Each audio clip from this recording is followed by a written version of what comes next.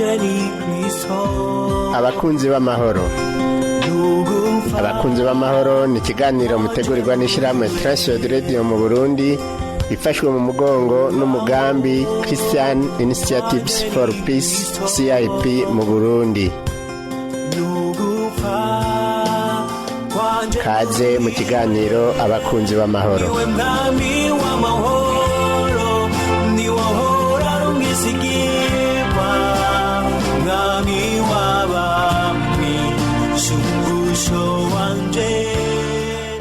Ndakora mukije inshuti mugenzi bugutanga ibiganiro abakunzi b'amahoro. Uri kumwe na Rudasmana Kiza ndigutunganiriza, kaba ndi kumwe n'umutumire hano Teddy Harushimana, akaba ariwe agira abane natwe muri kino kiganiro aho tuvuga ku gusenga. Twagira twari tumuramutse na waramutse abari kwatwumviriza. Teddy tubaramukije. Nukuri ndabaramukije amahoro y'Imana abane namwe mwakoze kudutumira. Yego namagize neza kuza mu kiganiro byatwongeye tuganire ibyo tuma amahoro abananya asasagara. Mu kuba k'umwana w'umuntu arakenera Imana, kandi murakeneye Imana birasaba yuko amengene ayirondera n'ingene aganira nayo. Naharo twaje muri kino kiganiro twifuza kuvugana kuvyerekeye ugusenga, ko gusenga ni kimwe mu byo twakorera kugira ngo turonke iyi Mana yaturemye kandi tuganire nayo bigende neza. Naharo duhaye kaze umutumire wacu aratuganiriye kuri ijambo ryitwa ugusenga. Mbega ugusenga ni iki? Murakoze cyane. Ugusenga ni ijambo ryagutse gose kuko turabona ko ni ijambo ryagiye rirakoreshwa haba mu isezerano rya kera, haba mu isezerano risha, canke n'ubu uravye abantu batandukanye bandika ku bijyanye na Bibiliya, abateoloje batandukanye. Iri jambo gusenga ni ijambo rikoreshwa kenshi cyane. Rero umuntu uragaca ashika ahantu bibaza ati none gusenga ni iki, ko turabona ari abandi byacitse idini, abantu bakubwira ati turasenga, mugabo wagenda kuraba ibyamwa mu buzima bwabo ukabibura. Reka rero nisunze ijambo ry'Imana, mbega gusenga ni iki? Gusenga je ndabifata yuko ari umutumiro cyangwa se ubutumire Imana ihereza umwana w'umuntu kugira ngo ashobore kuganira nayo. Iyo ni inzira ya mbere. Hanyuma rero agacaza rero n'indi nzira igira kabiri, aho Imana ihereza ububasha umuntu bwo gushobora kugira gute gutegeka kugira ngo ibintu bishobore guhinduka. Reka rero ndabivuge muri ano majambo. Iyo tuko turavuga gusenga n'ubutumire ubwa mbere, aho Imana iha akaryo umwana w'umuntu kugira ngo bashe kuganira, ashobore kuyininahaza, ashobore kwishira hejuru. Uwo n'umutumiro wa mbere. Mugabo kandi akaba ariho n'undi mutumiro ugira kabiri, aho Imana ihereza uburenganzira abantu bwo kugira gute bwo kwisaba kugira ngo igire ibintu kanaka ikoze mu kubagira neza no kuzana impinduka. Mugabo kandi akaba n'ukundi gusenga aho umwana w'umuntu atarinda kubanza gusaba Imana, mugabo akoresha ubwo bubasha Imana yamuhaye mu kugira gute mu kuzana ibintu ko bihinduka, cyangwa se mu gutuma ibintu bifata indi nzira, byari mu nzira mbi mugabo bikaja mu nzira nziza. Uko niko novuga gusenga icarico. Murakoze cyane. Wabonye duhaye intumbero nka zitatu zo gusenga, aho umuntu ahimbaza Imana, akanahaza Imana, akavugana n'Imana, aho umuntu asaba ko ibintu bihinduka, n'igihe umuntu ategeka kubw'ijambo Imana yamuhaye. None muri aba majambo yose Imana ariko arategeka, umuntu aba ari karondera gushika kuki? Ni kibazo ciza coroshe mugabo kandi kigoye, kuko ntidusenga uko tuvyishakiye. Mugabo dusenga kubera yuko twishaka kwisunga amategeko Imana ashizeho, kuko ntushobora gusenga uri hanze y'ubugombe bw'Imana, cyangwa se ntidusenga kugira ngo dutomboze. Mugabo dusenga kubera yuko twisunze ijambo ry'Imana. Hatariho gusenga wisunze ijambo ry'Imana uri kurahusha, cyangwa se urashaka guca usanga wazimiye uri kusaba izindi Imana atari Imana twemera. Imana yaremye amajuru n'isi, Imana yeretse abanyisirayeli, Imana ya Aburahamu na Isaka na Yakobo. Umva reko kurashaka kwihenda. Naco gituma ari vyiza cyane igihe cyose uri kurasenga ubanza kuraba ati mbega mpagaze ku ijambo ry'Imana, kuko ni wahagarara ku ijambo ry'Imana ucuronka ibintu vyose ijambo ry'Imana rikwemerera. Ndabaye nk'akarorero usome Abanyefeso 6 ku murongo wa 18, reka ndabasomere. Aravuga ngo musengere muri mwemu ibihe vyose mu buryo bwose bwo gusenga no kwinginga, kandi ivyo mubibere maso mukobeje gose musengera abera bose. Hano turabona ngaha hariyo amajambo menshi atandukanye.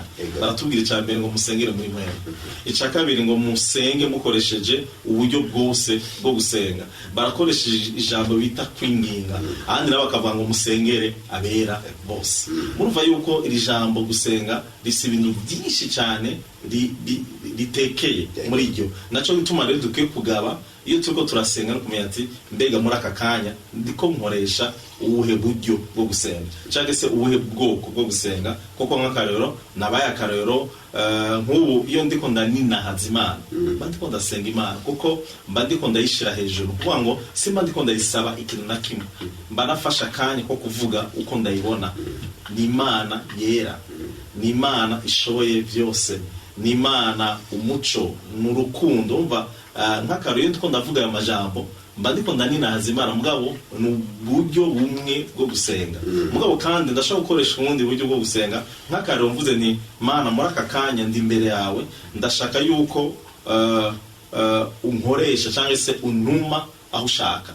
Urumva ubwo n'ubundi buryo bwo gusenga, aho niyegurira Imana, mvuga nti Mana je ndi nyegu yawe, kubw'ivyo ubuzima bwanje nubukoreshe icyo ushaka. Abati ko ndasenga. Mugabo kandi bakanatubwira ubundi buryo busanzwe bwo gusenga. Usome muri Matayo 18 gwera ku murongo wa 18 gushaka kuri 19, aho batubwira neza ngo babiri muri mwebwe nibahuza umutima n'inama. Urumva hariho ako kajambo ko guhuza umutima n'inama. Nuvuga ngo yuko muri ico gihe mu gihe jewe na wewe duhuje umutima n'inama, ico dusaba Imana cyose twizere ko tugihawe. Mugabo byadusabye yuko tubanza kumvikana. Wewe turiko turasaba Imana ikintu, nuvuga yuko twacumvikanye hakiri kare. Mugabo no munsi usanga abantu benshi cyane yuko barasenga ntibamenya ubwoko bw'amasengesho bari kwarakoresha.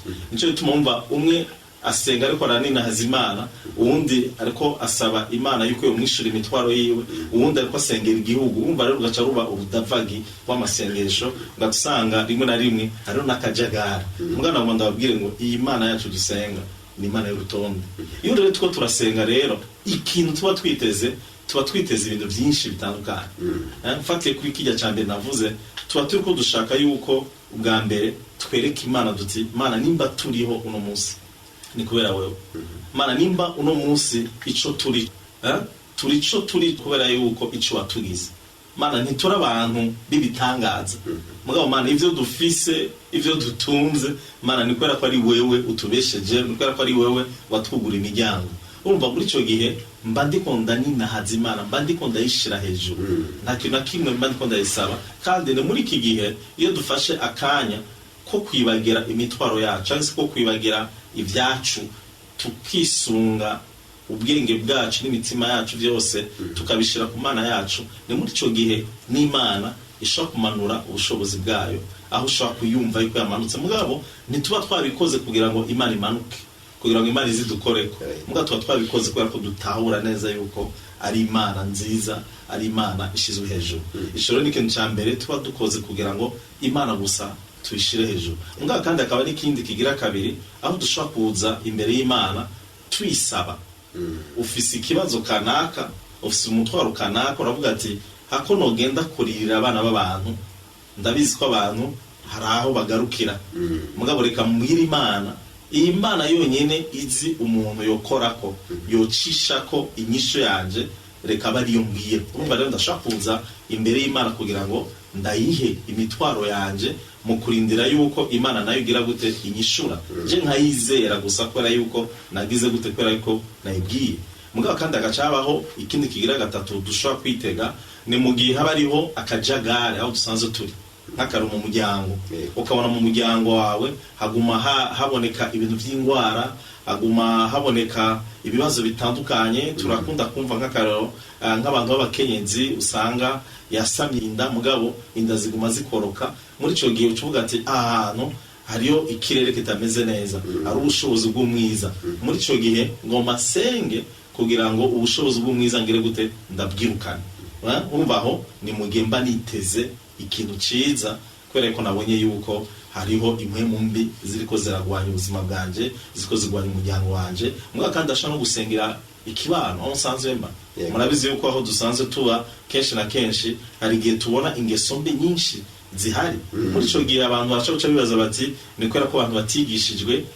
Ivyo sivyo na gato, ntibisigura yuko ingeso mbi zihari kubera ko gusa abantu batigishijwe. Mugabo naguma ndababwire mwenge muri ko murankurikirana yuko abantu bose gushika kuri no saha barazi ikibi, barazi n'iciza. Mugabo rero igihe rero abantu baremerwa nabo nyine bakaguma bisanga baguma bakora ivyo bintu. Umva rero gusenga, ndashaka gusenga Imana kugira ngo izo mpwemu mbi zikorera abantu zigire gute zitakaza ububasha, kugira ngo ijambo ry'Imana riza kuvugwa risange imitima y'abantu yiteguye. Murwa cyane, murwa ngo mutubwira ibintu byinshi cyane kandi bikomeye byerekana yuko habanza kuba ubumwe n'Imana. Kandi mwavuze ngo hari umuntu asenga hanyuma agasanga nta karasenga ingeso ziwe ntizimeze neza. Murashobora ati ni bande bemerewe gusenga? Abantu bemerewe gusenga bwa mbere n'abantu bazinanye n'Imana yabo. Kuko sishaka kuza gusenga mugenda afise ubwo burenganzira bwo gusaba Imana. Reka ndabaye kano karero. Twese ngaha turi abarundi n'abarundikazi, mugabo si twese dushaka guca tuvuga duti ubu turagiye ku kirimba c'umukuru w'igihugu ngo tugende kubonana nyane y'inshora umukuru w'igihugu. Kugira ngo mushe kubonana hari ahantu bica, hari imbusha, urabisaba ukavuga ati wowe urinde kubera ko mukeneye. Urumva hanyuma ababijejwe bakaheza bakabinonosora neza akavuga ati uyu muntu turamwemereye yuko ashaka kuza kubonana na nyinshi mukuru w'igihugu. Rero twege mugerageze mwibaze Imana yacu n'umwami w'abantu, ntidupfa kuyegera uko twishakiye. Abantu rero bwa mbere bayegera n'abantu basanzwe bafitaniye isezerano nayo. Ngo ni kuri ba bantu bavuga bati umunsi umwe nari umunyavyaha, hanyuma ndizera ingabire y'Imana ari we Yesu Kristo, ndihana ivyaha byanje, hanyuma ubuzima bwanje ndabwegurira Kristo Yesu. Abo nibo bantu ba mbere bafite uburenganzira bwemewe n'amategeko mu buryo bw'imwemu bwo kuza imbere y'Imana kugira ngo basho kwiganiriza, hasho kuba ikiganiro hagati yabo n'Imana. Urumva abo n'abambere baba bemerewe kuza imbere y'Imana. Mugabo kandi muri abo nyene bemerewe kuza imbere y'Imana barashaka kuza imbere y'Imana bameze nk'abaherezi. Nuvuga ngo aho bashaka guterura imitwaro y'abandi bantu kumbure b'abanyabyaha badafite isezerano n'Imana, bakaza imbere y'Imana binginga Imana bati Imana turagusabye aba bantu bari mu bwoko bwacu nabo bagendera mu ngeso mbi, Mana turagusavye Mana utanga impore yawe, Mana ukugira neza kwawe, ubuntu bwawe bumanukire bano bantu. Urumva rero abantu basiga ikorwa nyamukuru cyo kuza imbere y'Imana nabo bantu bazinanye n'Imana yabo. Abantu bazinanye n'Imana yabo, abantu bihanye ibyaha, abantu bakeye Yesu nk'umwami n'umukiza ubugingo bwabo. Abo nibo bagira n'ubwo burenganzira bwo kuza imbere y'Imana bafise n'imitwaro y'abandi bazanye imbere y'Imana. Ni nabo bari bafise bwa bushobozi bwo kubomaguza ibintu byose umwasi yubatse, haba mu kibano, haba mu gihugu, haba aho bariko baraca barengana. Biboneka rero ngo iyo umuntu yubusha Imana agakora ivyo igomba, uwo aremerwa kuza imbere y'Imana. None duca tubyari abantu baba bati turasenga turasenga turasenga. Iryo jambo, iryo bijambo bisanzwe mu buzima bw'umuntu cyane. Iyo abantu bariko baravuga ngo ndasenga, ikintu cya mbere bitwereka nuko abantu bose ku isi baremera yuko hari uwundi muntu ari hejuru yabo, baremera yuko hari uwundi bubasha butaboneka buri hejuru yabo. Nico gituma abantu bavuga bati abantu barashaka kunanirwa, abantu bose bakananirwa, abafise amafaranga bikabananira, abafata ingabo mu gihugu bikabananira, abantu basigara bavuga bati ubu nahi Imana gusa. Mugabo iyo Mana bavuga ni Imana yiye, ni Imana twege turiko turavuga, iyi Mana Bibiliya ijambo ry'Imana itubwira, iyi Mana yaremye amajuru n'isi, iyi Mana wanashaka yigaragaje muri Yesu Kristo kugira ngo isho kugira ubusabane n'abantu. Iyi Mana isubira kandi kakutwereka ati raba jewe mu ntumbero yanje igihe narema umwana w'umuntu nari nifuza ko tugiranira ububasha, tugiranira imigenderanire. Mwibuke igihe mu bantu ba mbere bari baratubwira muri Bibiliya, usoma Itanguriro bijya bice bya mbere, baratwereka yuko Imana ku kagoroba yaraza ikagenderera abantu bayo, ikagenderera Adamu na Eva. Turabona yuko n'uno munsi uwo ni umutima w'Imana. Imana irashaka yuko igiranira ubusabane n'umuntu. Mugabo murabizi ko Imana nishaka gufata umuntu ku nguvu. Imana irabwira ati je ndahari, ushaka kuza kuri jewe imiryango iruguruye, kandi ibiganza byanje by'urukundo birakwiteze igihe cyose ushaka kuza. Nico gituma rero ni ikintu gikomeye cyane nk'abantu twakiriye Yesu Kristo nk'umwami n'umukiza, kwama tumva yuko ni twege ba mbere duhamagare gusenga. Bisigura yuko nimba twifuza kubona ibintu bihinduka muri kino gihugu cacu, kugira ngo amahoro asasagare, kugira ngo ikanguro cyane cyane ryo mu buryo bw'imitima rishobore kuza, abantu ba mbere bateza guteramira kino gihugu nabo bantu bose bafitanye isezerano n'Imana, pana umuntu ari wese. Rero abo bantu rero ikibabaje ni ukuntu usanga harimo akantu ko kutemerana. Umuntu akumva ati kubera ko jewe nsengera aha muri iri dini rinini, ni jewe Imana yumva gusumba abandi. Iryo rero turabona yuko ico ni kinyuma ca Satani, n'ububeshi Satani agereza kuzana kugira ngo habe kwicamo ibice muri ba bantu basanzwe bafitaniye isezerano n'Imana. Nico gituma rero twavuga ni iri kanguro ryo mu buryo bw'imitima turiko turavuga, birasaba yuko abantu bahamagawe n'Imana, abo bantu bafitanye isezerano n'Imana, abo bantu bazi Imana yuko bagira gute baje hamwe. Umuntu akumva ati nimba communauté kanaka cyangwa se ishengero kanaka batunganije amasengesho yo gusengera igihugu cyangwa se yo gufashanya muri ibi na biriya, no kumva yuko kubera yuko turi mu muryango umwe, turi ishengero rimwe. Namwe nibutsa abantu yuko na Yesu Kristo igihe azogaruka ku isi azoza gutora abantu, nazo gutora abantu basengera mu idini kanaka, ngo azoza gutora ishengero. Ishengero ninde? Ishengero ni umuntu wese yagize gute yahaye Yesu ubuzima bwiwe, akihana ibyaha byiwe, mugabo kandi no ku munsi akabaho mwiteze, akabaho akora ibintu byose bihimbara iyo Mana, kandi akirinda n'ico kintu cyose gishobora gucafuza ubugingo bwiwe. Umva rero bariko baravuga ati gusenga ni bande basenga. Iryo jambo gusenga abantu bose uciye hirya no hino uguma wumva umuntu wese avuga ngo ndiko ndasenga, mugabo dusenga Imana dufitanye isezerano, kandi umuntu asenga by'ukuri ubanza kubirabira mu buzima bwiwe. Mbega ubuzima bwiwe uri kuraraba, hari ivyamwa turiko turavuga ivyamwa, n'ibijya vyamwa batubwira mu Bigalatiri 5, mbega n'umuntu yuzuye amahoro.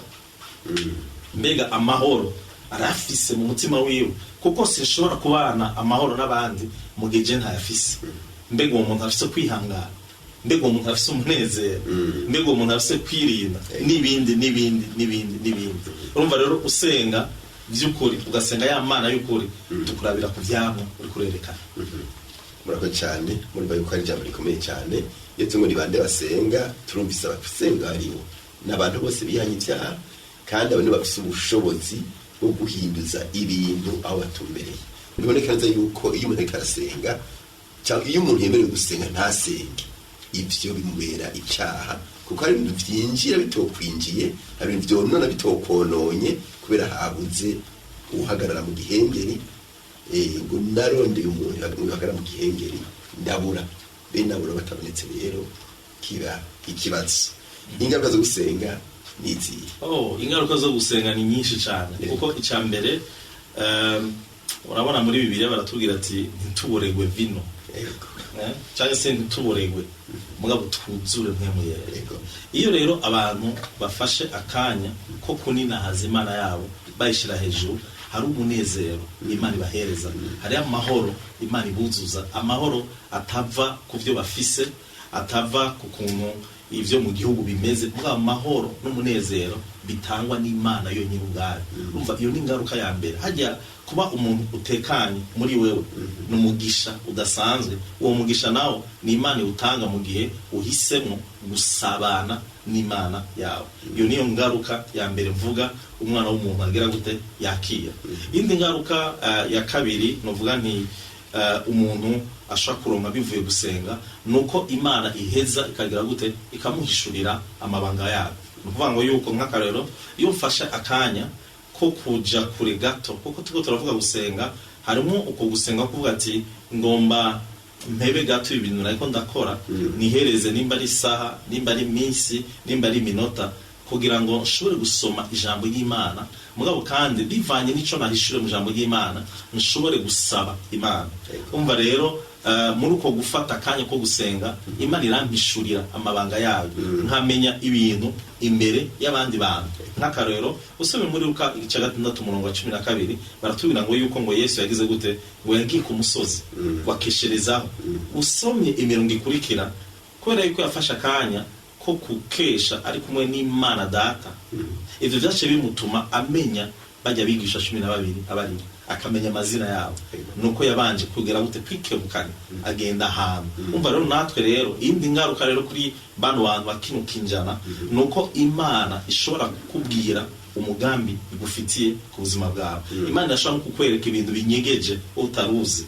Imana irashobora kugira gute, irashobora no kuguhishurira amabanga ari mu ijambo ryayo. Ugasanga uraronse ijambo riri ku giti cyawe, utarinze kubanza guca kuri abantu ngo bitwa abavugishwa cyangwa se abandi bantu. Murabona yuko ari gihe abantu barenze urugero, akavuga ati je kugira ngo menye icima ngomba ko nzobanza guca ku muvugishwa. Sindavyanse ko abavugishwa babaho, mugabo ubuvugishwa bwa mbere buri mu ijambo ry'Imana. Nuwasenga ukikebukanya ugafata umwanya wo gusabana n'Imana, Imana yonyine ubwayo izo kubwira amabanga adasanzwe kubijanye n'ubuzima bwawe, kubijanye n'ikibano, kubijanye n'igihugu. Indi ngaruka igira gatatu nuko iyo abantu basenze barashobora guhagarika ibikorwa by'umwiza. Ndabe nk'akarero uriko urasoma ivyakozwe n'intumwa igice ca 12 baratubwira ukuntu umwami Herode yafashe Yakobo agira gute, aramwica. Hanyuma umwami Herode amaze kubona ko abantu bibahimbaye, acavuga ati reka mfata uwundi, acafata Petero. Mugabo kuri Petero ishengero ryace rigira gute, ryace rivyanga. Ndavuga ati Yakobo yarapfuye kumbure kubera yuko twasamaye cyangwa se tutasenze, mugabo Petero nitumuheba. Ishengero ngo rishagira gute, riuza umutima n'inama, risengera Petero. Murabike ncabaye nuko Imana cigira gute, acirundika umumarayika asanga Petero mwibohero, agira gute, aramukurayo. Bisigura yuko iyo nindi ngaruka ijanye no gusenga. Nashaka mbwira abantu bari baradukurikirana, ibi bintu byo gusengera abantu bari mu ngorane kugira ngo bazivemo, ntabandi bantu bashobora gukora ivyo bintu atari ba bantu bafitanye isezerano n'Imana yabo, atari ba bantu bakiriye Yesu Kristo nk'umwami n'umukiza. Hanyuma ikindi kintu naco tubona biciye mu gusenga, izindi ngaruka nziza nuko dushobora gutuma abantu boroherwa. Nk'akarero Bibiliya iratwereka neza yuko dushobora kwirukana abadayimoni. Nirukana abadayimoni kubera yuko nategetse, ni kubera ko navuze, kuko iryo jambo gusenga ririmo ijambo kuvuga, ririmo iryo jambo gutegeka, ririmo iryo jambo kuganira. Iyo rero nirukanye abadayimoni bari mu muntu, bituma umuntu aronka agahengwa, amererwa neza. Iyo nsengeye umuntu agwaye, bituma ibintu bihinduka mu buzima bwiwe, akakira gukira. Iyo ndiko ndasengera abantu batandukanye bafite imitwaro itandukanye, muri ico gihe biratuma abantu baronka inyishu z'ibibazo byabo. Urumva rero turabona yuko gusenga ni kimwe mu bintu bikomeye cyane. Kumbura ikindi kibazo nguma nibaza nti, mbega iyo umuntu aje gusenga aba ameze gute? Kuko ntidushobora kugenda gutegeka, ntidushobora kuza imbere y'Imana tudashajije kwera. Bisigura ngo yuko imbere yuko mvuga izina ry'Imana, mbanza kuraba mu buzima bwanje yuko vyose biroranye, mbanza kuraba yuko nimba ari ingeso mbi ndiko ndagenderamo, mbanza gufata ingingo yo kuzivamo. Nimba ari akarimi kanje katuye ibintu bibi, mbanza gusaba Imana ikigongo. Nimba nzi ni yuko hari umuntu mfise ibintu dupfa nawe, ibintu tudahuje, mbanza kwanza nkarindira, nkagira gute, nkabanza kwanza nkagenda nkatunganya. Nimba ari ibintu vy'ingeso mbi vy'ivyaha ndimo, imbere yuko nza kuvuga izina ry'Imana, aha niho hantu nashaka yuko abantu batahura. Imbere yuko mvuga ni Mana mu izina rya Yesu ndaje imbere yawe, sishaka kuza kuvuga iryo zina mugenzi yuko ngendera mu nzira zidashimana icubahiro, mugenzi yuko nicara n'abacokoranye, mugihe numva yuko iminwa yanje ni minwa irimentaniriza abandi. Muri ico gihe turatahura Imana yawe, kuko Imana yacu dusenga ni Imana yera, iyo rero tuje imbere yayo teza kuraba yuko natwe turabera mu ngeso zacu. Ikindi naco navuze ni imbere yuko tuzi imbere y'Imana tumaze kwiyeza no kuraba koko yuko duhagaze no kwijambo ry'Imana.